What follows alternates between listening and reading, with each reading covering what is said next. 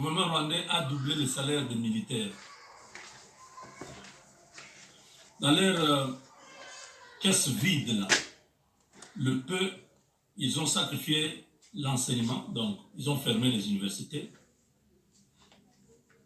Ils ont sacrifié certains fonctionnaires, ils prennent l'argent, ils donnent aux militaires, parce que pour eux, il faut que les militaires soient motivés avec le nouveau chef d'état-major rwandais pour attaquer le Massissi, aller jusqu'à Rubaya, commencer à exporter, commencer à extraire les coltans, envoyer au Rwanda. Ils peuvent faire l'argent. S'ils font là-bas même 3 mois d'exploitation, ils vont se faire l'argent. C'est le calcul. C'est pourquoi l'attaque du groupement de Bachal et Mokoto dans les Massissi a pour objectif d'ouvrir le couloir pour l'armée rwandaise aller jusqu'à Rubaya. Mais les forces armées ont réagi. C'était foudroyant. L'attaque était foudroyante. Les combats se sont un peu calmés dans la journée. Je pense que cette nuit encore, ça va reprendre. Parce qu'il faut stopper ces gens-là qui ne puissent pas avoir l'accès sur Rubaya, là où ils veulent aller exploiter les coltans et l'or. Les Wazalendo sont mis au parfum, ils sont partout. Ils sont en train de revenir pour avoir les corps à corps. Hier, il y avait quelques militaires rwandais qui ont été tués dans l'attaque de Wazalendo. Ces militaires revenaient de Runyoni. Ils allaient vers Kiwanja. Ils ont été calcinés. Est-ce que j'ai encore les images? Non. J'avais plein d'images hier, bon. Ça a plissé mon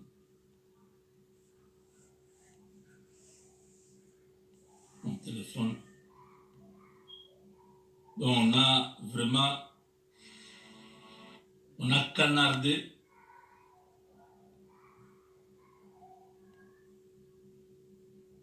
Tous ces militaires ont été seulement bousillés.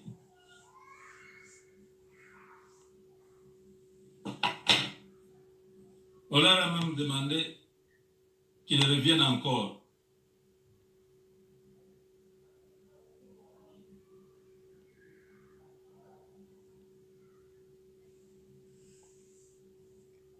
Donc,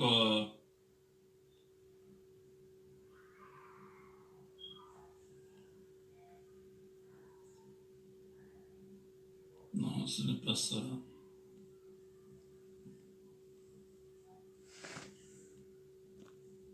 Donc, ils ont eu chaud. C'était hier. Plus la vidéo là, c'est un gars qui m'avait envoyé. Les Rwandais étaient sérieusement, voilà. Je crois que ça y est là.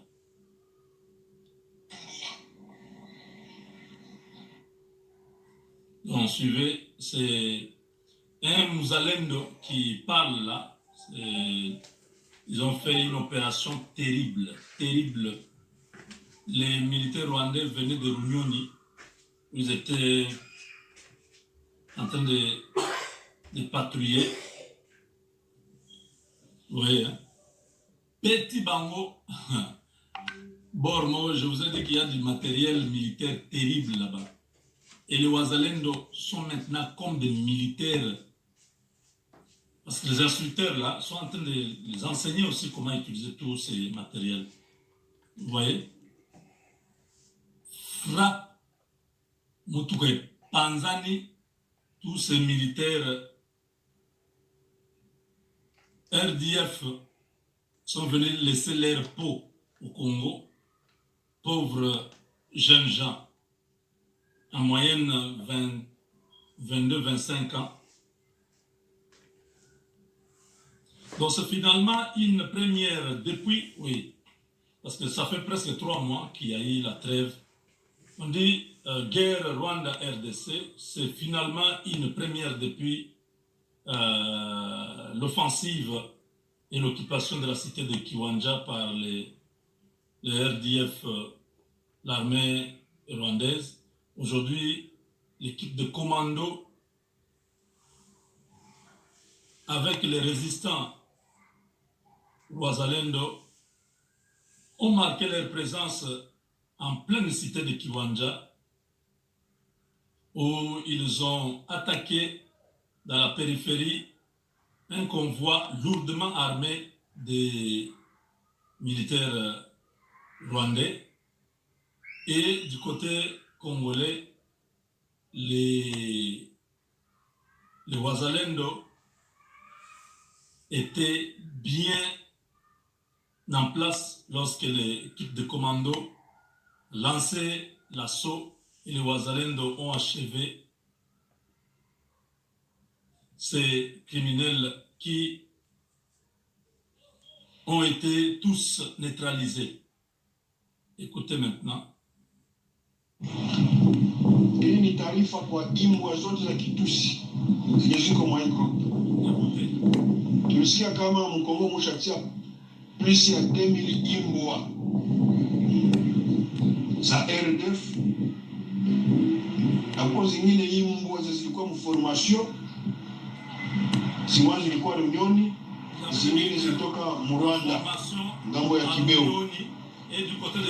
Sasa tuko na ujumbe yote na kila sehemu mulitia position, tulisha kuwa target. Kwa hiyo mtume ujumbe kwenu Rwanda, kama maongeze na espace ya cimetière au ya cimetière ya mupya, juzile imbwa zote ziliingia, inawaza kama kutarudia imbwa hata 10 au 12, tutarudia ni vilema. Zimwa zina migulu, zimwa zina mikono. Tutawapiga. Na watu wenye Gisenyi, mimi nawaza wangianza hama sai. Tuko tunaingia ndani. Tuko tunaingia ndani Gisenyi. Na ile prefecture nyingine ya pembeni pale tutawaambia jioni. Wewe ujiandae kwa makini. Maimbwa. Les terroristes. Vous avez suivi? Ça sont les guerriers Wazalendo qui sont sur le terrain. Ils ont dit que le Rwanda crée un nouveau cimetière parce qu'ils vont recevoir. Tous ceux qui viendront au Congo vont rentrer des cadavres. Comme ils ne veulent pas comprendre, nous irons cette fois-ci jusqu'à Gisenyi, jusque dans l'autre préfecture qui est à côté.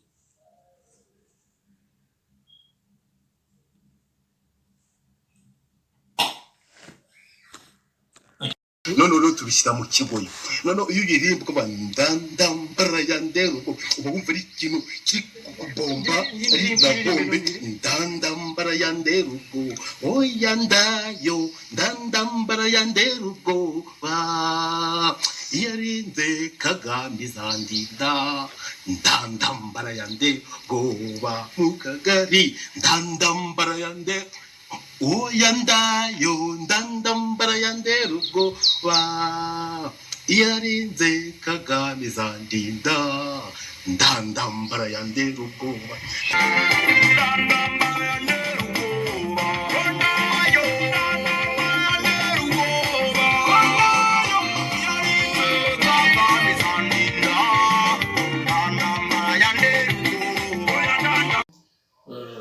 Je pense que vous êtes au bon endroit et vous avez la bonne information. Chers amis, sans pourtant trop traîner, le Rwanda est en train de vivre un cauchemar au Congo. La jungle du Congo devient un grand cimetière de jeunes soldats rwandais qui ne jurent que sur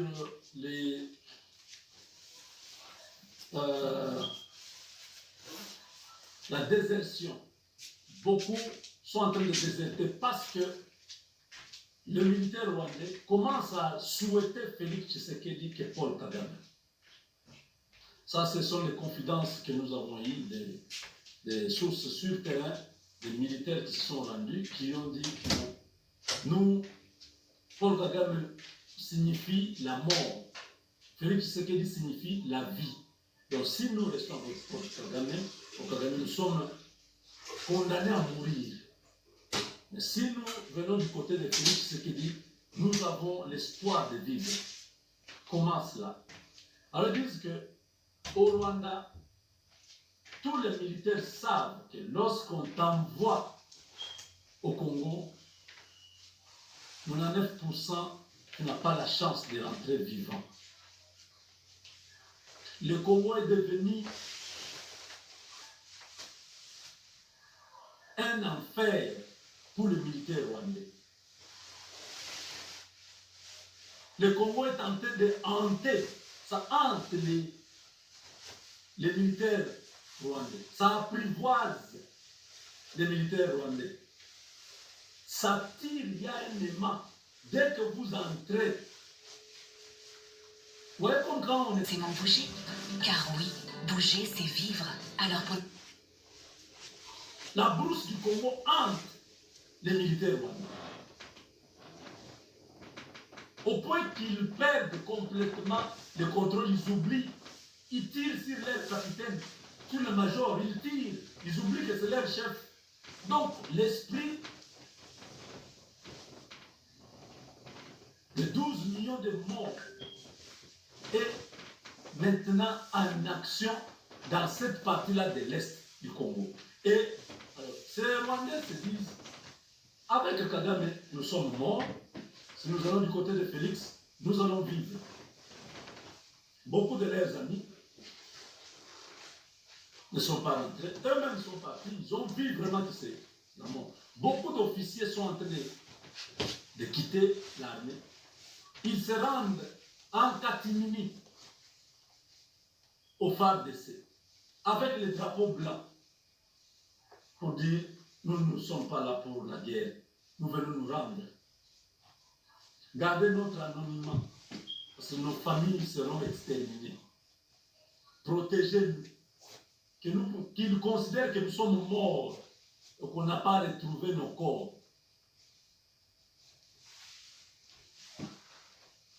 Protégez-nous, amenez-nous vers la Croix-Rouge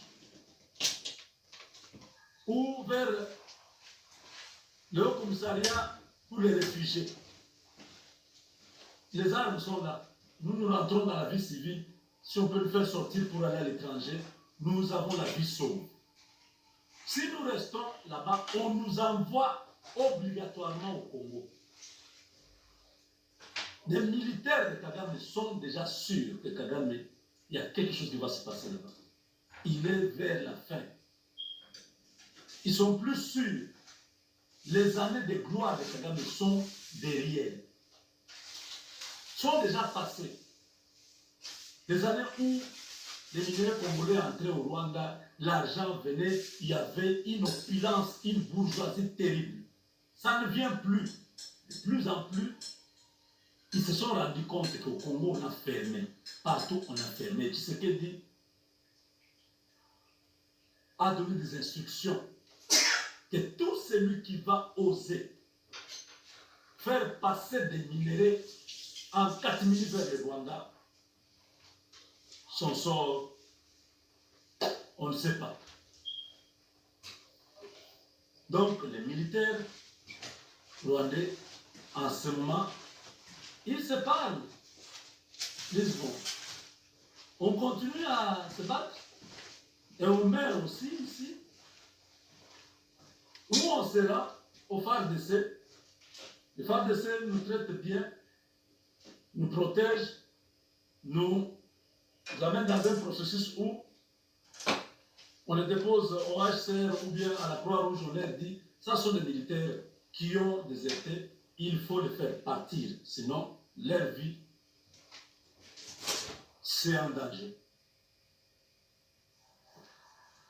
Donc, on veut dire que la situation est en train de basculer. Parce que ces militaires, ils ont vu Jean-Pierre Bemba. Il y a des armes sophistiquées.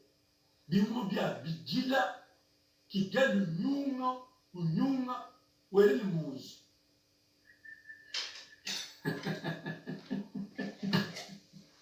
Les armes là de l'Indonésie, ces gens-là, l'Indonésie, il ne faut pas blaguer. Hein. Ces gens-là, aux Vietnamiens, aux Indonésiens, ces gens-là sont trop compliqués. Les gens de l'Asie du Sud-Est, là, ils sont trop compliqués. Ils ont des armes, ça tire. Kigali est secoué. L'inondation est créée. Tu vois, tu es le mousse.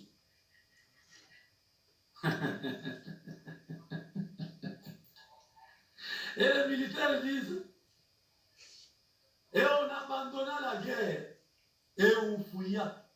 Regarde le mien, ils fouillent eux-mêmes. Les militaires rwandais, quand ils parlent là, ils entendent.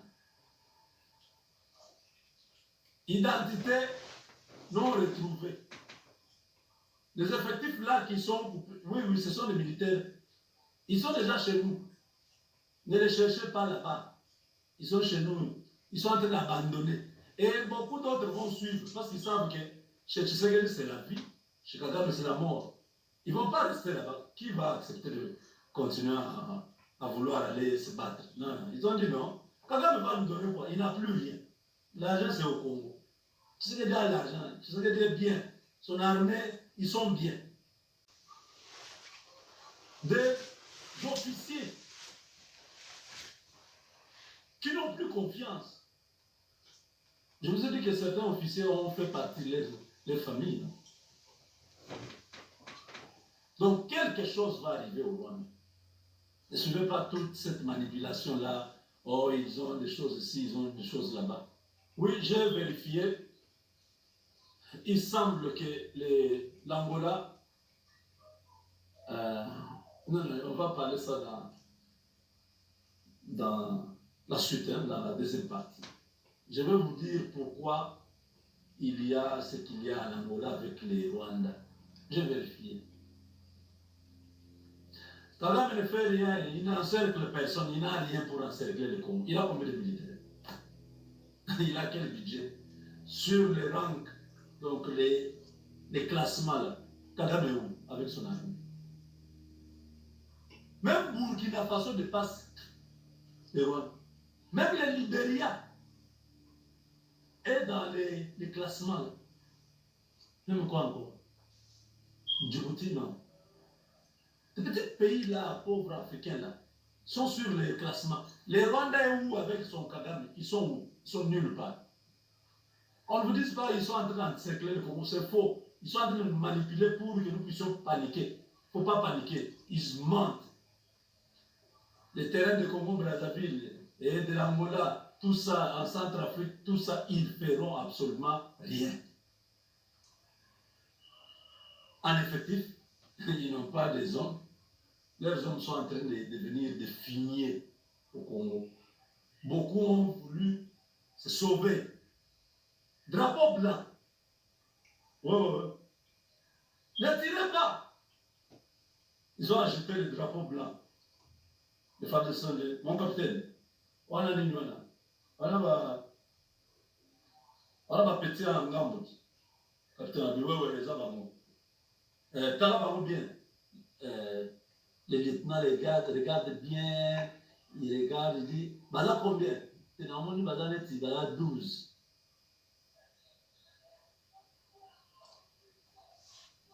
Ok, il y a ça dans mon voyage.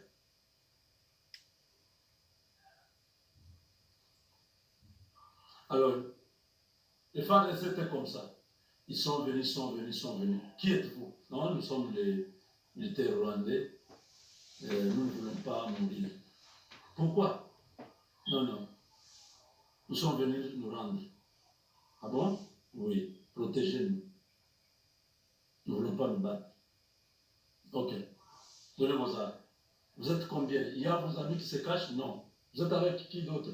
Nous sommes seulement nous-mêmes. Ah, ok. Alors, mon général. Ah, tout ça, Batouana, tout ça, la dégaine. Voyons, maman. Tu l'as dit.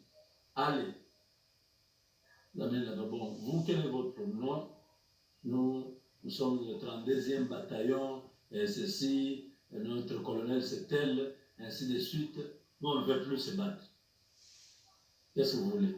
Nous voulons la vie.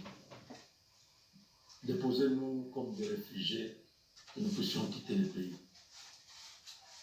Beaucoup vont continuer. L'armée là va rester vide. Il n'y aura personne dans l'armée de Kagame. À moins que lui-même démissionne et parte avant. Son armée, beaucoup sont morts chez nous. Ils ne rentrent pas.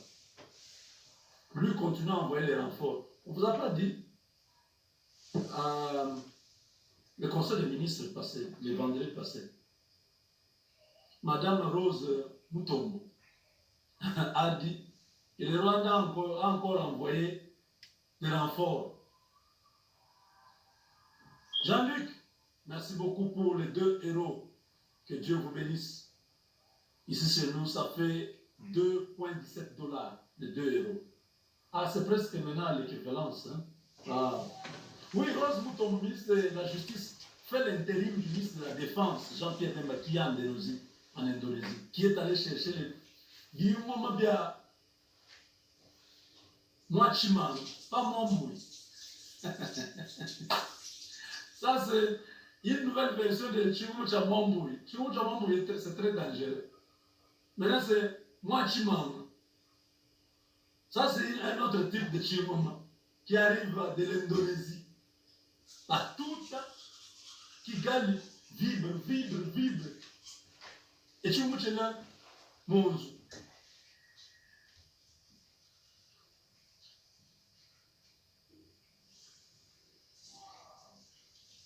La ministre a dit que Kagame a envoyé encore des renforts. Mais depuis qu'il envoie les renforts, pourquoi il n'arrive pas à Goma? C'est parce que les militaires là sont tués, là-bas, à Lobakate. Ils sont dans une situation très grave. Les militaires se sont rendus.